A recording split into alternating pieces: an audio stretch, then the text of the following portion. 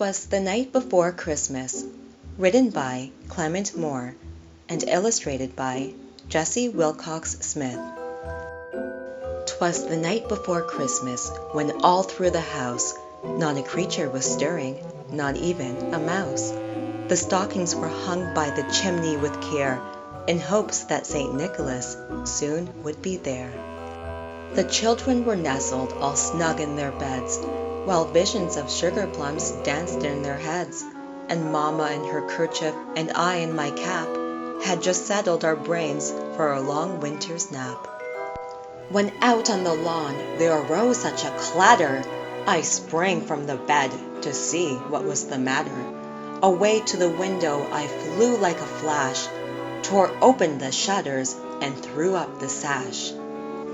The moon on the breast of the new-fallen snow gave the lustre of midday to objects below, when what to my wondering eyes should appear but a miniature sleigh and 8 tiny reindeer.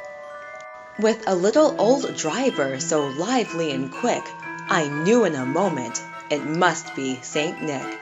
More rapid than eagles his coursers they came, and he whistled and shouted and called them by name. Now Dasher, now Dancer, now Prancer and Vixen, on Comet, on Cupid, on Donder and Blitzen, to the top of the porch, to the top of the wall. Now dash away, dash away, dash away all. As dry leaves that before the wild hurricane fly, when they meet with an obstacle, mount to the sky, so up to the housetop the coursers they flew, with the sleigh full of toys, and St. Nicholas too. And then in a twinkling I heard on the roof the prancing and pawing of each little hoof. As I drew in my head and was turning around, down the chimney St. Nicholas came with a bound. He was dressed all in fur from his head to his foot, and his clothes were all tarnished with ashes and soot. A bundle of toys he had flung on his back, and he looked like a peddler just opening his pack. His eyes, how they twinkled, his dimples, how merry, his cheeks were like roses, his nose like a cherry. His droll little mouth was drawn up like a bow, and the beard of his chin was as white as the snow. The stump of a pipe he held tight in his teeth, and the smoke it encircled his head like a wreath. He had a broad face and a little round belly that shook when he laughed like a bowl full of jelly.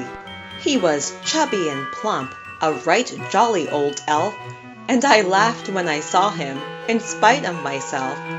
A wink of his eye and a twist of his head soon gave me to know I had nothing to dread. He spoke not a word, but went straight to his work, and filled all the stockings, then turned with a jerk, and laying his finger aside of his nose, and giving a nod, up the chimney he rose. He sprang to his sleigh, to his team gave a whistle, and away they all flew like the down of a thistle. But I heard him exclaim, ere he drove out of sight, "Happy Christmas to all, and to all a good night."